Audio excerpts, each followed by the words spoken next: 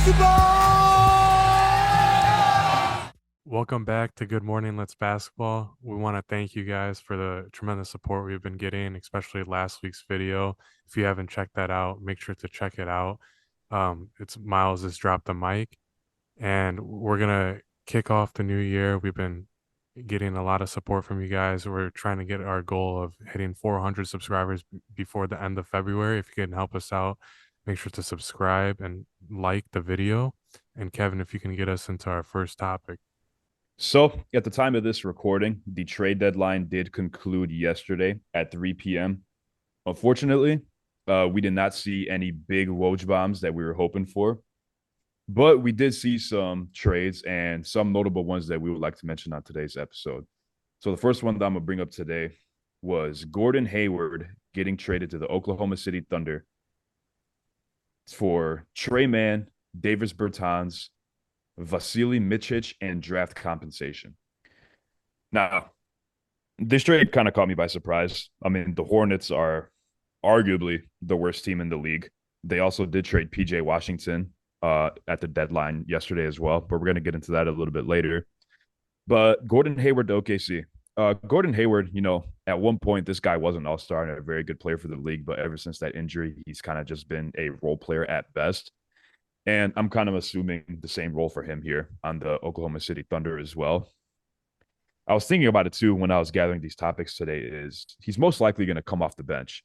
And I feel like that's going to be really good for him and really good for the Thunder as well to kind of have someone off of that second unit for the Thunder, which is something that we discussed in the last episode with our debate with who was better between the Timberwolves and the Thunder. One thing I mentioned is that the Thunder, they didn't really have that veteran off the bench or just really veteran in general. So I feel like Gordon Hayward was a really good addition to add, not only as another scorer for them off the bench, which was something that they were lacking, but just a veteran in general. So what do you guys think about Gordon Hayward's move to the Oklahoma City Thunder? Do we think it's going to be a very good move for them or something that's kind of just like a steady thing for them? I would have liked to see them get like a backup center to complement Chet, but I mean, I don't think it's a bad move. I think that he's going to add to that second unit, and when it's going to be a closeout game or like they're trying to be in crunch time when they're battling with a team, I think he can definitely help that team out and with his experience, and he can get subbed in with that. But I do think that the Hornets got some good pieces out of it. I think they made some really good moves. The trade deadline, they got a lot of picks back in return that could help their future out. Yeah, I was gonna say the same exact thing pretty much. I mean, Kevin, you pretty much summed it up, but the number one thing that I think the Thunder needed, besides any type of just backup players, like Vic said, is for sure a veteran, just someone older on this team who has a clear understanding of the league. Gordon Hayward's been in the league a long time. Clearly has the longevity, knows how to play a role for a team enough to keep him in the NBA this long. He's a pretty skilled player. And you know what? The Thunder, it's just nice to have a guy who you can 100% trust at all time. We've discussed on this podcast before, like that when it comes to the playoffs, it's going to be hard to trust some of these players to hit big shots, but Gordon Hayward is one of those players that you can trust in crunch time. You could trust to just be solid overall. And yes, he's nearing the end of his career, but he's really someone who could come in, and even if he doesn't play, I think he will, but even if he doesn't play, he still has so much to offer as just an experienced vet. So I like both your points. He's been dealing with a calf injury since December. So No, I mean, kind of just to piggyback off of everything you guys said. One of the bigger things that I had heard when circulating around this was that OKC has accumulated 18 draft picks over the course of the next 6 years.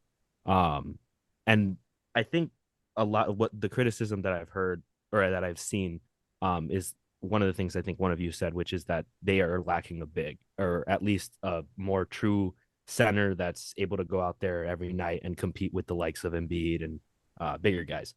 So while I do see the point of that, I think personally, because the main thing that I had seen was that people were questioning the GM Pedri's like decision to basically hold off on getting a big while the trade deadline was going on, but there wasn't really that many options to choose from. So I don't hate this, right? I don't hate the addition of saying, okay, there wasn't that many guys. We don't need anyone younger. We don't need more talent. What we need is, like you guys said, someone that's more experienced, a veteran in the locker room. And yeah, I mean, I think with the trade, like, or the pool of players that were available before the trade deadline, I think it was slim picking. So I definitely think that Gordon Hayward gets them one step closer to winning games, which they don't need any help with right now. But I guess when I look at as they get closer to playoffs, we question how well they're going to do and if they're going to be able to get past like the first round. I think this does raise their stock for me, at least, in going past that. As silly as it seems to say, okay, one player is going to move the needle. They didn't need the needle to move much, right? This team is very talented. They're very skilled offensively.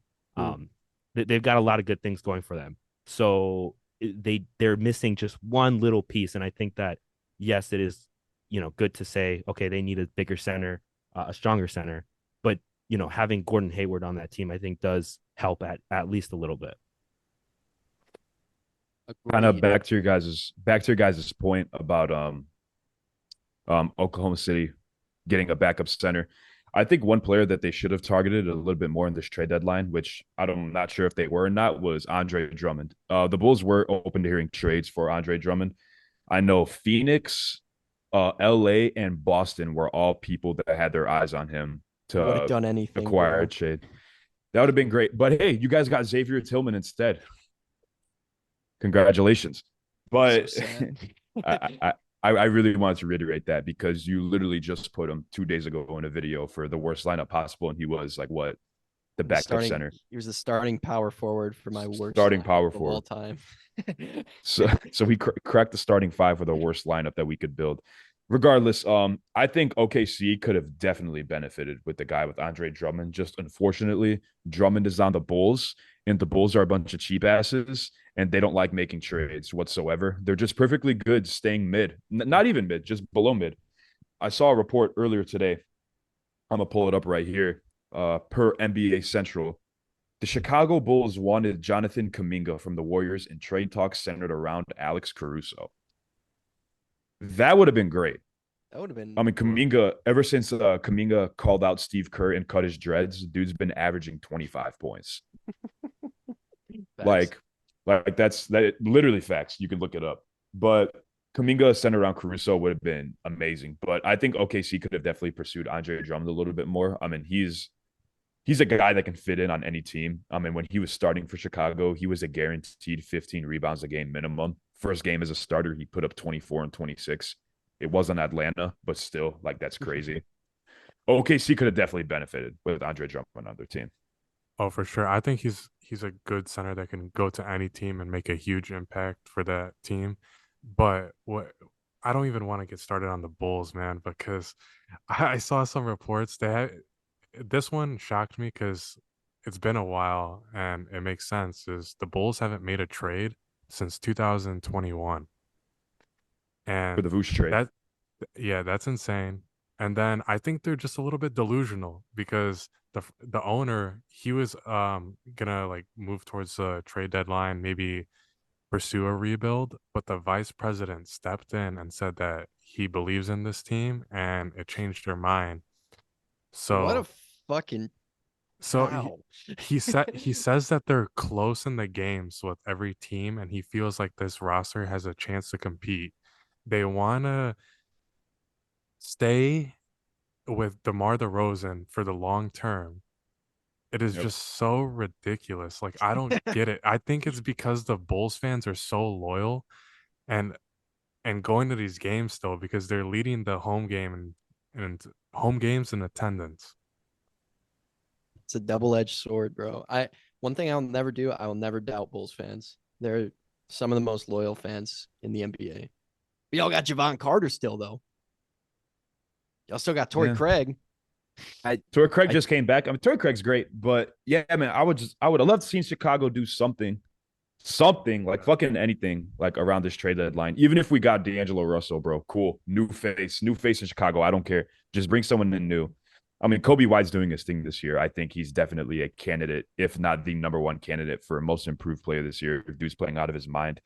He's scoring the most points as of recently for the Bulls. He's outscoring DeMar DeRozan. And Zach LaVine just underwent a procedure the other day that's going to sideline him for the rest of the season, which just absolutely tanks his trade value.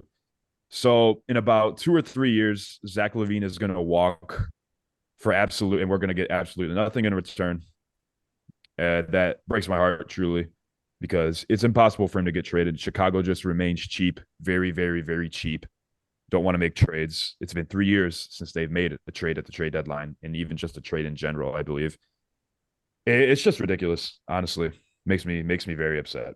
But I will say, like, I definitely agree with what you said, but don't think that there's okay. So I guess what I want to say is to Victor's point, I don't necessarily want to see this team get blown up. I don't think we're there yet.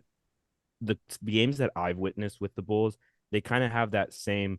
I'm not going to go as far as to say that they have the same curse as the Lakers, but you guys seen all the memes and things about how, when the Lakers play a 500 plus team, like they play out of their mind. And a lot of teams in the NBA do, but when they play sub that or bad teams, they just have the shittiest night. When you do watch the Bulls play against some top contenders, they do hold out pretty well, and they look like the team that we want them to be. But at the same time, it's been like this for a while, and we've had, our ups and downs, and we've been in the fight, and we've been, duking things out all the way up to the 12th round. But I do think that there is a need for a change. And I like you said, I would have liked to see some kind of new face added to this team, especially with Zach LaVine going out. And absolutely no promises that Lonzo Ball's coming back. So I definitely think that I would have liked to see something done. One thing I really quick wanted to say, though, about the Drummond thing is I don't necessarily I know that you said, Victor, that he would be a good fit and he'd be a good scorer anywhere that he'd go, but I don't love the idea of him fitting into the OKC Thunder like culture, if that makes sense. I mean, dude's I'm not gonna say he's a different kind of player, but the vibe, the general vibe of that team right now is young and good and fun, and Drummond's just a little bit more of kind of that like in your face type of center. So I don't know if it would have. You calling him fat right now? No, I'm not calling him fat. I'm not calling him fat. Calling him fat ass right now? Is that... Nah, I'm playing. But yeah, no, I mean that's pretty much it. I would have liked to see, but again, to my point from earlier, I think that it was the best case scenario for OKC, at least in with their current, situation and the pool of players that they had in front of them. If you made it this far into the video, we want to thank you for tuning in. Give us a like and a subscribe if you enjoy the content. We're trying to hit 400 subscribers by the end of February, and we crushed the last goal really quickly. So thank you guys for that. And if you're on Apple Podcast or Spotify, please drop a rating. We're trying to get to 40 ratings on there. We enjoy making this content for you guys. And back to the pod. Moving on to our second notable trade of the deadline. The New York Knicks, man, staying busy at this deadline. They're running into some issues, though, with their lineup. I mean, Jalen Brunson's playing at his all-time best right now. OG Anunoby actually just underwent a procedure on his I don't remember, so I'm not going to say anything. But he's going to be out for a minimum of 3 weeks, and the Julius Randle is having those dislocated. He had that dislocated shoulder, so we don't really have a timetable when he's going to return. But they did complete a trade yesterday, and the Knicks are receiving Bojan Bogdanović and Alec Burks from the Pistons. And the Pistons are acquiring Quentin Grimes, Malachi Flynn, Evan Fournier, Ryan Arcidiacono, and 2 second-round picks. So I think this is pretty good. I think this is pretty good for the Knicks. Bojan Bogdanović, solid scorer, solid 3-point shooter. I mean, you could always use one of those on your team. Same thing with Alec Burks. He's kind of just like floated around in his career. He's a solid player that I believe he can belong on any team. But, the Pistons making moves too. I know Quentin Grimes was having some trouble with that New York Knicks front office. So finding a new home, unfortunately, it's in Detroit. But yeah, the Knicks staying busy. I thought that they were going to make a little bit bigger of a splash in the trade deadline because that's what all the reports were saying about a month ago when they made that trade or whenever it was for OG and Anunoby. But yeah, man, the Knicks are serious. They definitely want to not be first round exits. They want to show that they are an actual good team and make a deep playoff run. Like I said, Brunson's playing at his all time greatest. I think Bojan was a solid pickup, but better than nothing, I believe. Yeah, I think it's a great trade, and one thing too is especially with the Pistons, they wanted no, they were offered multiple first round picks for Bojan last year and didn't take it. This year, they gave him up for no first round picks, so a steal from the Knicks. And I think he's gonna be able to stretch the floor for the Knicks, offer them a lot of great spacing, and till Julius Randle comes back, I think he's gonna play probably like the 4, and then once he comes back, he'll go to a 3, something like that. But I think it's a good pickup by him. And then Alec Burks, he's played under Thibodeau, so that connection's already there, and he's gonna add to that team as well. That I really like what the Knicks are doing. They're constantly making changes, and they want to be a top contender in the East. We'll put it like this. How who let the Knicks assemble a roster this good? Where did this shit come from, bro? As an Eastern Conference supporter, I never had to worry about the Knicks. And now, like, yeah, this is, I know Kevin was like, yeah, this is a pretty good trade. This is an insane trade, bro. They fucking fleeced the Pistons, bro. I am livid. How do the Pistons give up Alec Burks and their starting small forward for Evan Fournier, bro? For Evan Fournier and Quentin Grimes. Like, how does that happen? This is bullshit. Like, desperation. Bro, it's how are they allowed to just assemble a roster like this? How do they get OG Anunoby, Alec Burks, and Bojan Bogdanović, bro? These are 3 extremely solid. I mean, I don't even want to call OG a role player. He's more than that, but these 2 are extremely solid role players. I watched Alec Burks hit 9 threes against the Wizards, bro. Like, formerly known as Alec Bricks. He pretty much got his shit together, bro. And Bojan is just, the Pistons were asking him to do way too much as their starting small forward. They're asking him to create the offense, bring the ball up when Cade's out. And now bro's just going to get to sit in the corner and do what he does best, which is just hit shots. Both these players just fit so seamlessly. And yeah, man, the Pistons, they got Quentin Grimes. I don't know why I'm so pissed about this, but like, it's just such a fleece. Like, they got Quentin Grimes. Quentin Grimes is pretty good. You guys know I'm high on him. 3-and-D guy. But like, dude, it's just insane. 2 future second round picks. They couldn't even get a first for that.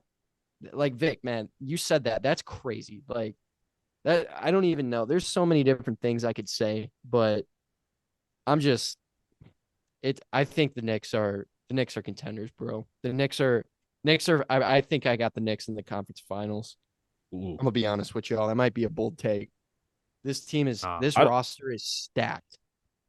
I don't think that's a bold take at all. I did kind of realize as I was talking through that I was being a little bit humble with that trade. I mean, Bojan, like, a very solid player. Same with Alec Burks. Like, you would love to have either of these guys on your team. But back to that take about Knicks making the conference finals, that all depends on when Julius Randle's going to come back. I don't believe that there's really a timetable for when he's going to come back. Yes. So, I mean, I should they clarify absolutely at full strength. Yes. Yeah. And, I did make a lot of jokes about Julius Randle at the start of the season because he was playing garbage. But ever since about halfway through the beginning part of the season, he's really picked it up. And at one point, he was averaging 27 points over like a 10-game span. And even without OG and Julius Randle, the Knicks are still finding a way to win games and piece some wins together. So at full strength, I don't think it's crazy at all to say that this team can beat Philly or even beat Milwaukee and to find their way to the Eastern Conference Finals against the Celtics, because I do believe that the Celtics are going to make it. And we know how Boston competes against New York, man. We know the struggles that they face. Don't bring that up. I think they match up just as good as anybody in the Eastern Conference. They match up well with anybody. I think this trade, we talk about moving the needle a lot. This is the trade that moves the needle for them. Those two players are so solid in their roles. Mitchell Robinson's not even back yet, bro. Like when they're full strength, this team is gonna be so scary. I will be shaking, chattering teeth watching the Pistons in the playoffs. I hope we don't have to play them. The Heat better beat them or some shit before they play the Celtics. Well, if the Pistons can oh my God, if the Pistons can put together 96 wins straight, maybe they'll make the playoffs. I think you meant New York. Oh yeah, I meant the Knicks. My apologies. My apologies. And put some respect on the Pistons name. Back-to-back win, Detroit Pistons. Don't forget. It's a new era. Because you dropped that video. It has been. But hey, I've been putting respect on the Pistons, man. I didn't say they were the worst team in the league. And you were right. You were right, too. I believe Charlotte and Washington are worse. I'll throw Charlotte in there. Yeah, we'll debate that another time. Not so worse, but I'd say looking at the future, I'd say they're probably worse off than Detroit. Yeah. I think Detroit has a little bit more promise than those two teams. But Daniel, you want to add anything? Just that, I mean, so I guess I would disagree maybe with one of the points that you made, Miles, which is that this trade moves the needle. What I have seen from this is that these guys are really more so filling in a role, sort of, just while kind of OG and Randall, and I even saw that I think Mitchell Robinson is out too. So I not saying that. I'll go on. My point is that I think that while this does help them, like in a win now situation, they have guys hurt. They need some experience coming on the court to kind of not rally the troops, because like you said, they've been winning games, but just to help out a little bit and kind of get them just that much better. I do like what you guys said about them being legit contenders, because they have a perfect mix of a lot of things. They have talent, they have a little bit of experience. I don't think they have a lot of contention experience, but that will come into play as we get closer to playoffs. And I think that they'll just be able to match up really well against a lot of the Eastern Conference team. Now, if we talk about Western Conference, that becomes a whole different story. Probably a lot of gaps on the Knicks roster going up against what I would consider a little bit of a larger West, just across the board. So, but yeah, like I said, one thing I did want to point out too is that I do think that the Knicks absolutely, like you said, fleeced the Pistons. I definitely think that they won this trade. And yeah, I mean, they're on the up and up. They only got better from doing this. So that's my opinion. They practically took two of the Pistons' top 5 players. Yeah, I mean, I see here Grimes. Well, it's crazy. It's kind of crazy. The race for the East right now is very neck and neck. Like right now, Celtics are up by 5 with 39 wins, and then number 2 is Cavs with 34. 3 is Bucks with 33. 4 is Knicks with 33, and then 76ers 30.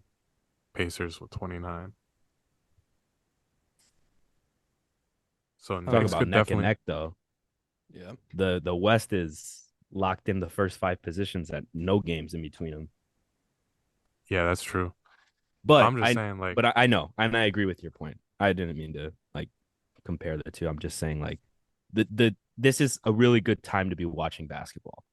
Like, teams are close.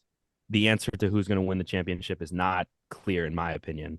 So yeah, it's just a really good time to be an NBA fan, I think. I just want to quickly, for all my Pistons fans out there, y'all winning right now, bro. Killian Hayes is gone. Waived. Get out of here. Big W for the Detroit Pistons, bro. Let's give I need a fucking round of applause. It took about 2 seasons too long. And we can't even hear the hand clap, but we'll throw it in there. Yeah, I got audio canceling. Y'all saw me on YouTube though. Y'all saw the claps. But yeah, it took about 2 seasons too long to waive Killian Hayes, the mid-range god. I mean, they wasted a seventh pick on this guy. He was drafted 7th. Are you kidding me? I also want to add that Daniel has a sock around his beer. Did y'all see that shit, Daniel? Please pick up your can. What the Hey, bro. fuck? Hey, bro. That is No. It's my disgusting. koozie. That is the It's my grossest koozie. shit It's a that I've clean ever sock. seen. It's I a saw clean him sock. do that. I saw him do that like 4 minutes ago, and no Same. one noticed or said shit. I What didn't the say fuck? anything, bro. It's I because was we gonna don't text. sponsor them. Are I you, w- I what was the gonna hell are text you Victor. doing? I was gonna What text the Victor and be like, "Yo, what like, is can I sip on my Michelob while we're what the hell is the recording?" matter with you? But I What is the matter with you? It's because we're not allowed to have brands on, bro. We're not paying these brands. We cover all brand logos. Stop. Bro, that This is shit one of probably the dirty. Hey, Daniel, I'm not it's gonna not lie, dirty. bro. It's clean.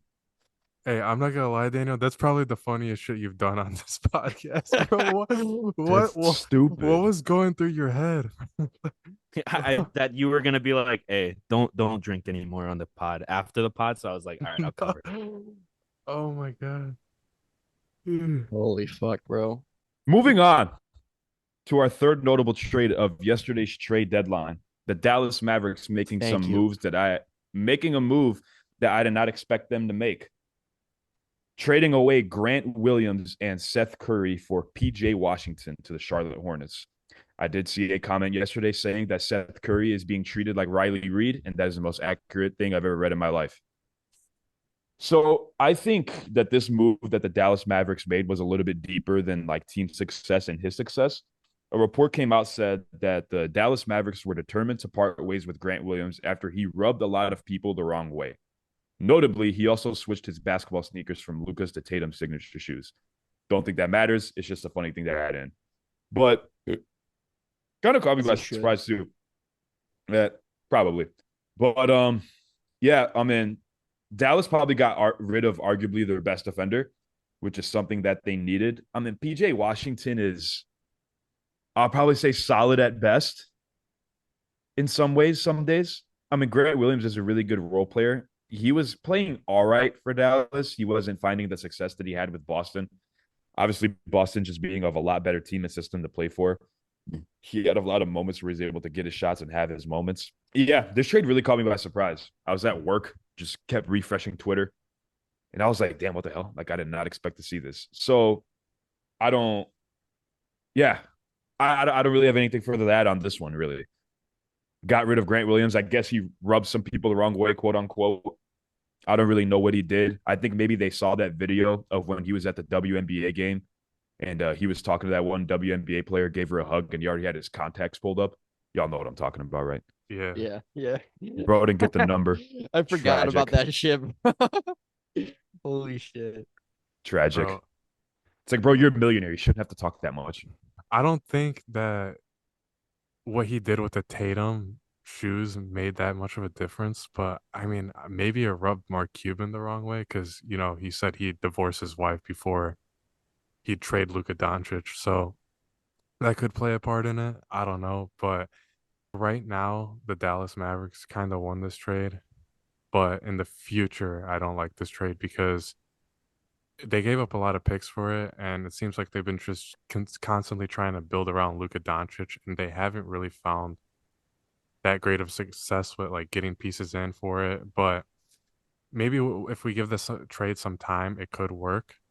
I think PJ Washington could maybe find himself a better role here with the Mavericks and get like a lot of more open looks from Luka Doncic and stuff like that, and he can maybe blossom into a role here. I do like the Daniel Gafford trade though. That was a good trade. I was about to say, yeah, we're forgetting about Daniel Gafford. I really like that trade as a backup center. I think the Mavs, for me, had the best deadline. I really like PJ Washington and Gafford for them. Wait, over the Um, Knicks? You just oh guessed the Knicks. well, yeah. I mean, I don't even. It's almost like I don't even consider the Knicks because they're just on a whole tier above everyone else. Like two of the five best players on the Pistons went there. So yes, Knicks first, but in normal back down to earth normal deadline stuff, yes, I'm going to take the Mavericks first. Especially, I mean, if a player's not working, a player's not working. It's not gonna You're not gonna fix it. Um, Clearly, it was a lot worse than any of us assumed. I figured, but um, trading Grant Williams away, hate to see him go. Love to watch him leave. He's got the cakes, but yeah, I like PJ Washington coming in. I like PJ Washington coming in. It gives them another scoring option, but yeah, I think Gafford is the bigger piece here. Having that backup center, lob threat, great defense guy, and someone who can. I know he's not too old, but someone who could also help Lively even more. I just like how active Gafford is on both ends of the floor. He plays super hard. He's got the in I don't know if it's intangibles or tangibles, but he's got really long arms. He's just a good guy on the defensive end, and they need that. Yeah. He's also allergic to guarding KD. Last season, he got absolutely stunned on a crossover that had him doing the splits and smacked his teeth on the wood. And this year, he got postered by KD. Amen. So now he's got to see him more playing in the West. That's yeah. If the Suns make it, that far, we'll see. So They're piecing together some wins right now. They did get Some. Royce O'Neal, big pickup. What'd you say, Daniel? just that from my end, I won't say definitively that, I think this was a good or bad trade, at least in respect to PJ Washington. But what I'm seeing on both sides is kind of this thing of ESPN is saying that pretty much like their front court is getting better and PJ Washington will complement Luka and Kyrie very well. But from like, I guess because I looked into like Dallas Mavericks and kind of how their fans are feeling about it, they're not really loving it because the way that they felt is that Williams was a better fit.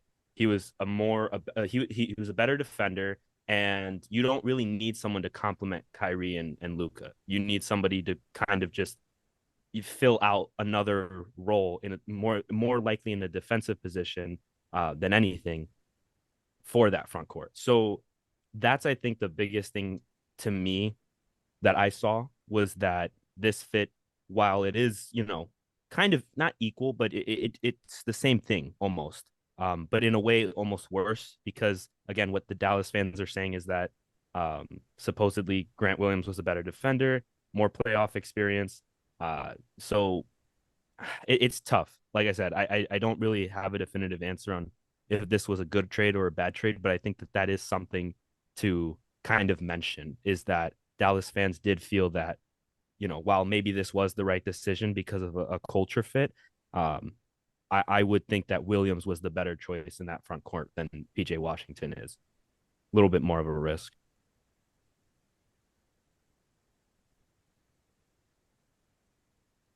I 100% agree with you on that. No doubt he was a better. I still think Grant Williams is a better fit. But why is the sock still on the? Why is the socks? Well, it's almost Why gone. is So the sock still on there, man? it's about to be over. So don't worry. So moving into our final trade talk of the night, Buddy Hield finding a new home in Philly for Marcus Morris, Furkan Korkmaz, aka Lewis, and 3 second-round picks. If y'all get that joke, you get it. If you don't, you don't. But one thing that I think is hilarious to mention. About a week or two ago, Marcus Morris got a key to the city for Philadelphia. And yesterday, he got sent over to Indianapolis. It's a business, man. Why the fuck did they give him a key to the city? I didn't understand that. Bro, they give anyone keys to the city nowadays. Like, I think if I opened a successful like sandwich shop that ran for a minimum of 2 years, I would probably get a key to the city. But regardless, this is pretty good for Philly. Embiid going down. No really timetable for him for when he's going to return. Bottom line is they're screwed the longer that they don't have Embiid. That's their MVP. That's an MVP of the league. Their best player. They're struggling without him, clearly. Obviously. But Maxi's been playing well. Buddy Hield, he's kind of been bouncing around ever since he got to the league a little bit. But good three-point shooter, serviceable defender, and they got rid of Korkmaz, which I think is bigger than acquiring Buddy Hield. I like He's Buddy been Hield wanting for out. them. I like Buddy Hield for them too. I think he's going to be solid for them. I mean, Obviously, he's going to be in the rotation. I don't know how much he's going to be in the rotation. To be honest, I did say serviceable defender, but I don't really know how effective he is on defense, to be honest. Like I said, I think he could be serviceable at best for them, which is something that they're gonna need. But you can't pass up on a good 3-point shooter. I mean, the Pacers wanted to move on from him because they just didn't like how he was performing this season. And I kind of like what the Pacers have been doing, man. They've been active in these trades. They want to like build around Tyrese Halliburton and Siakam now, and they might make a strong playoff push. We'll see. I mean, once this team's fully together and healthy, because I think Tyrese Halliburton's only been a couple games back since his injury. I think they can make a strong playoff push. I just like seeing him with more spacing. Just like, I mean, Hield is one of the best shooters in the league, and just having that around Embiid just makes it so much more space, so much easier for him to score. Fairly obvious take, but I mean, that's why they did it. Yeah. Yeah. I mean, that's really all there is to this. On a team like the Sixers, having a guy where, or I guess I shouldn't start it with that. On a team like the Sixers, where the ball gets thrown low so often, having a guy that's as elite as Buddy Hield at the three, I think, is just another opportunity for them to get more shots up everywhere on the court. So, I mean, Philly definitely got a little bit more dangerous after this, and it's not a bad trade for sure. This definitely made them stronger. They also got a little bit more dangerous because they also got rid of Pat Bev. Pat Bev heading to Milwaukee for campaign, but they also acquired campaign, which I feel like kind of cancels us out. But yeah, Pat Bev to Milwaukee. I believe he made his debut tonight for them. And I saw a video before we started recording saying Pat Bev already hooping for Milwaukee. He hit a corner three. I did okay, so to piggyback off of that, right? I absolutely hate how when I opened up Bleacher Report, I saw a picture of Damian Lillard, Giannis, and Pat Beverly in the middle. Big three.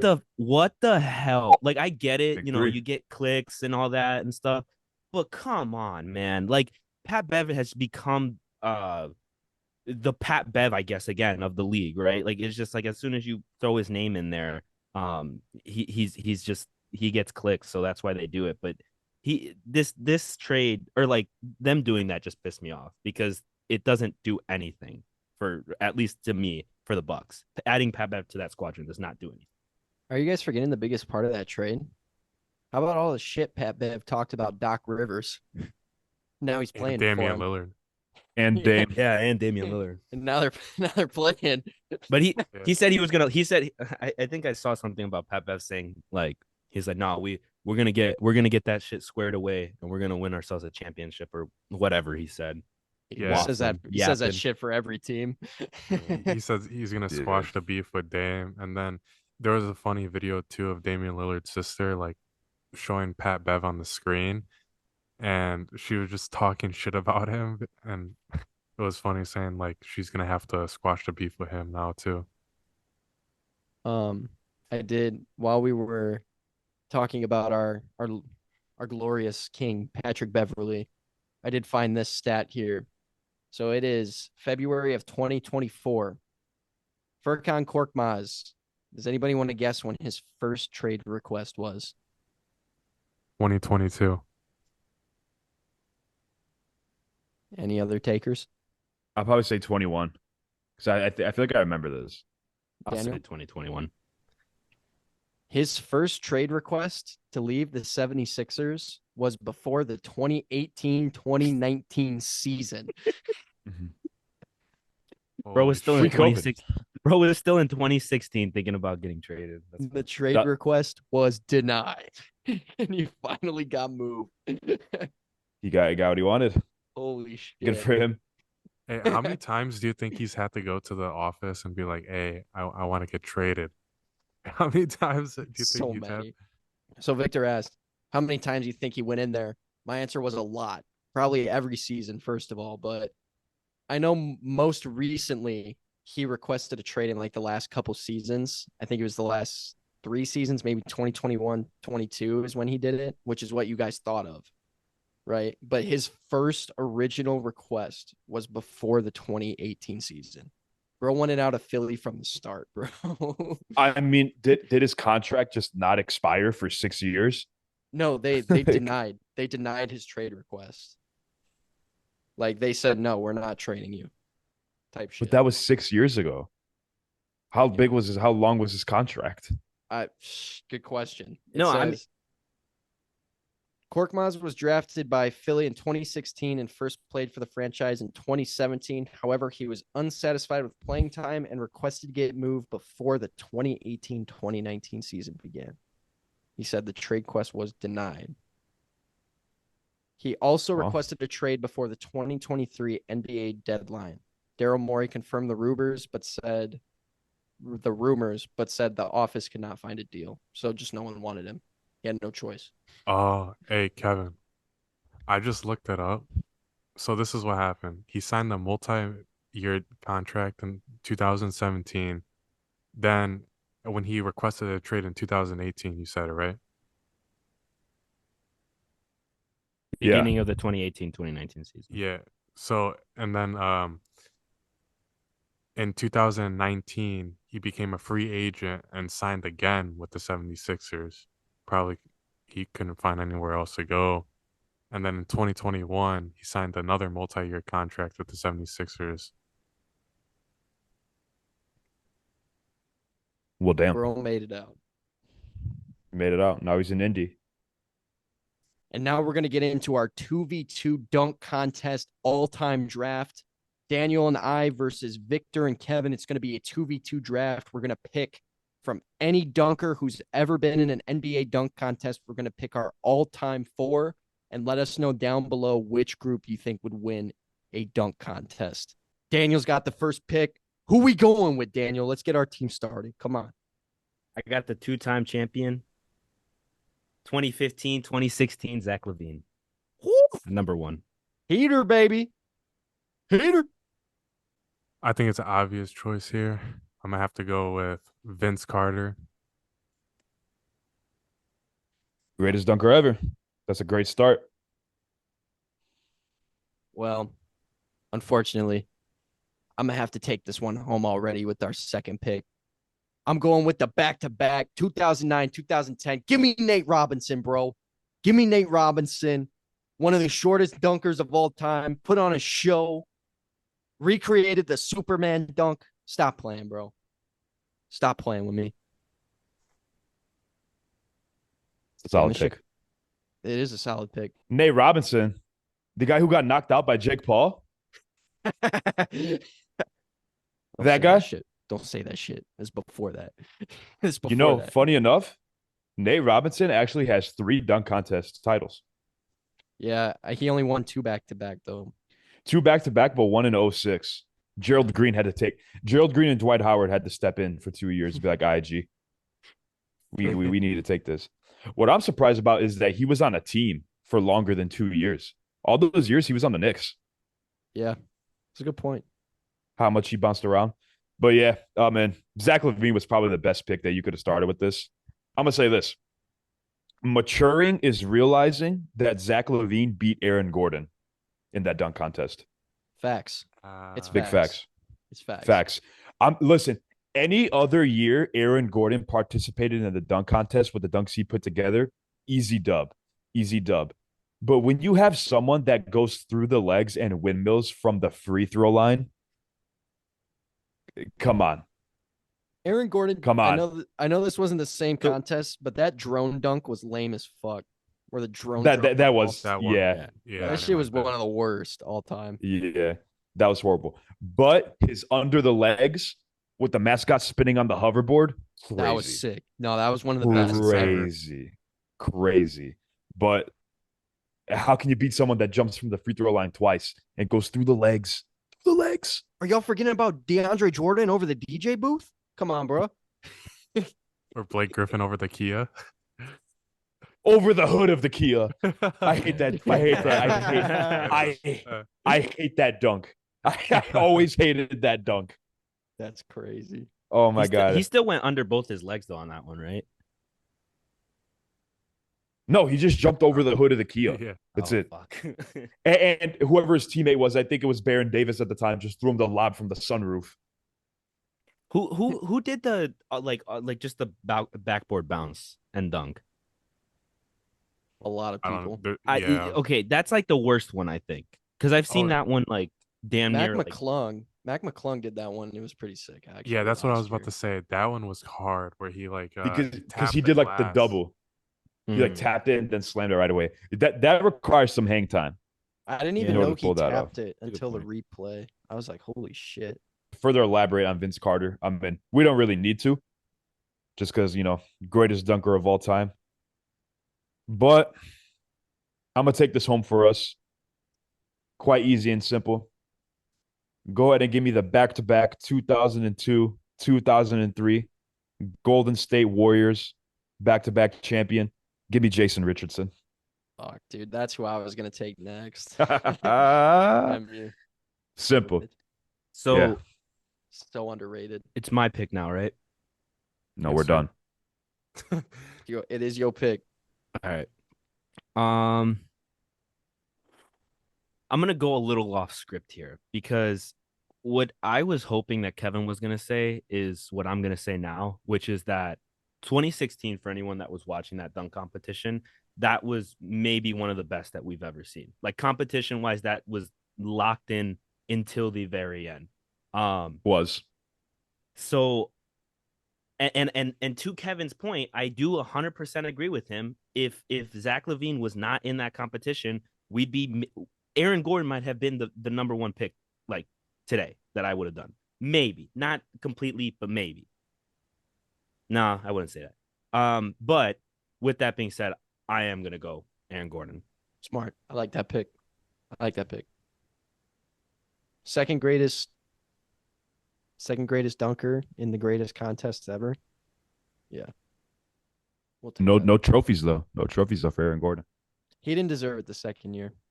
No, the second year he flopped hard. Is that the year D Wade gave him a 9? Is that what right? Am I remembering that No, right? that was the year against Zach LaVine in 2016 that got the For real? controversy. Yeah. It was that year.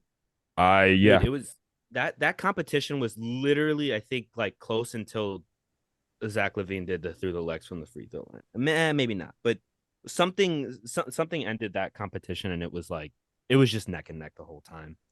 I don't know. I remember they had like 3 extra rounds, bro. Yeah. Like Yeah. it was no one wanted it to end. Like Mhm.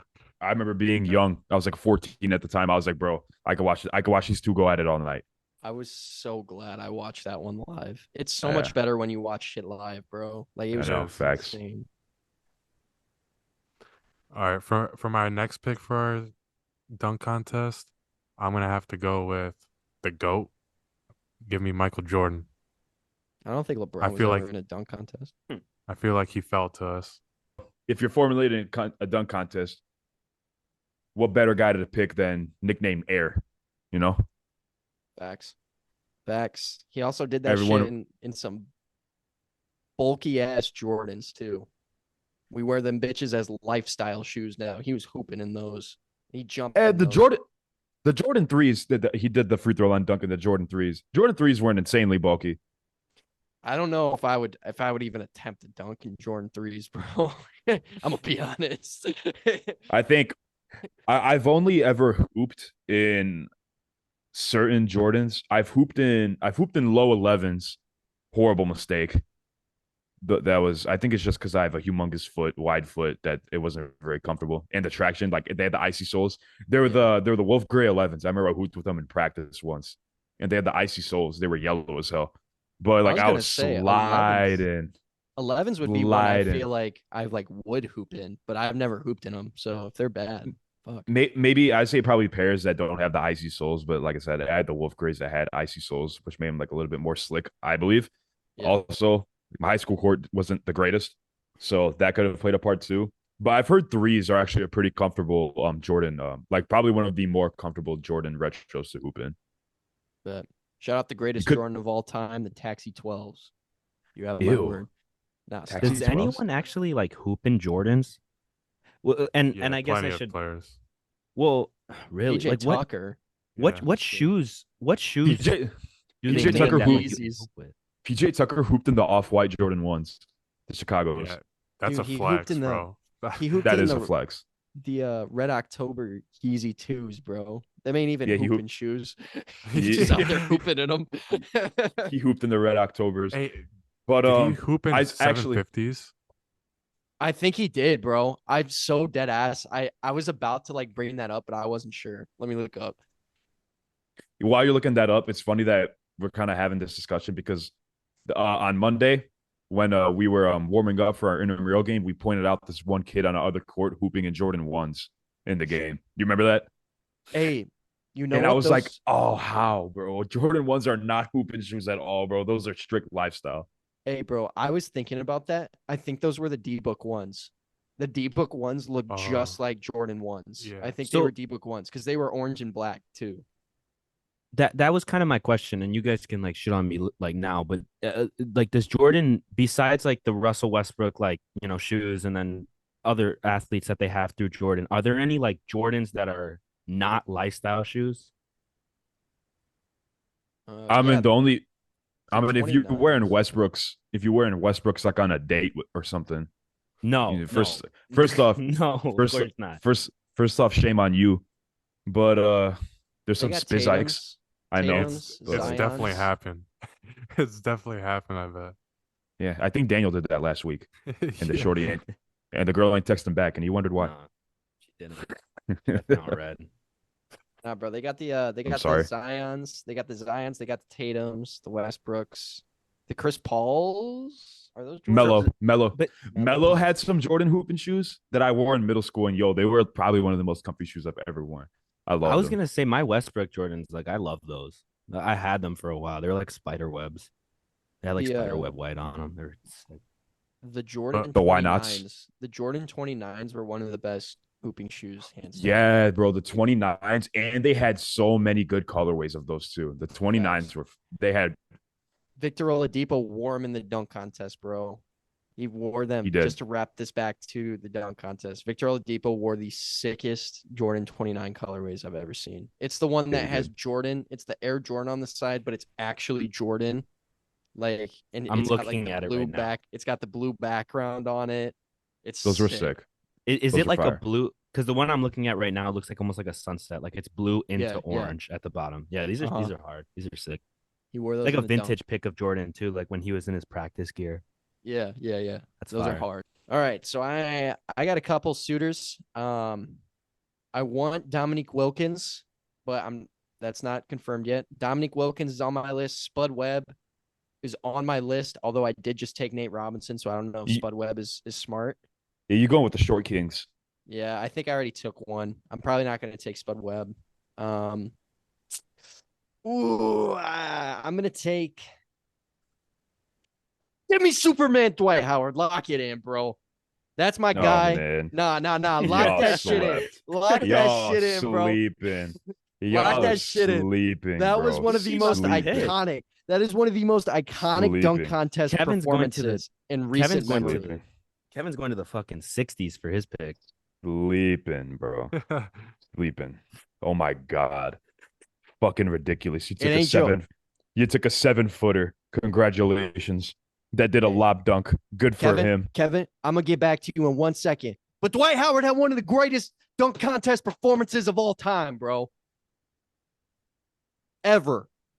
All right. I don't want to hear it no more. Take your All right, pick, I'm bro. gonna go ahead and wrap up this discussion. I think already me and Victor are winning, but I'm just gonna I'm gonna put the foot on the neck right here. Huh? I'm gonna put my foot on y'all's necks real quick. I'm gonna go ahead and take arguably one of the greatest in-game dunkers of all time.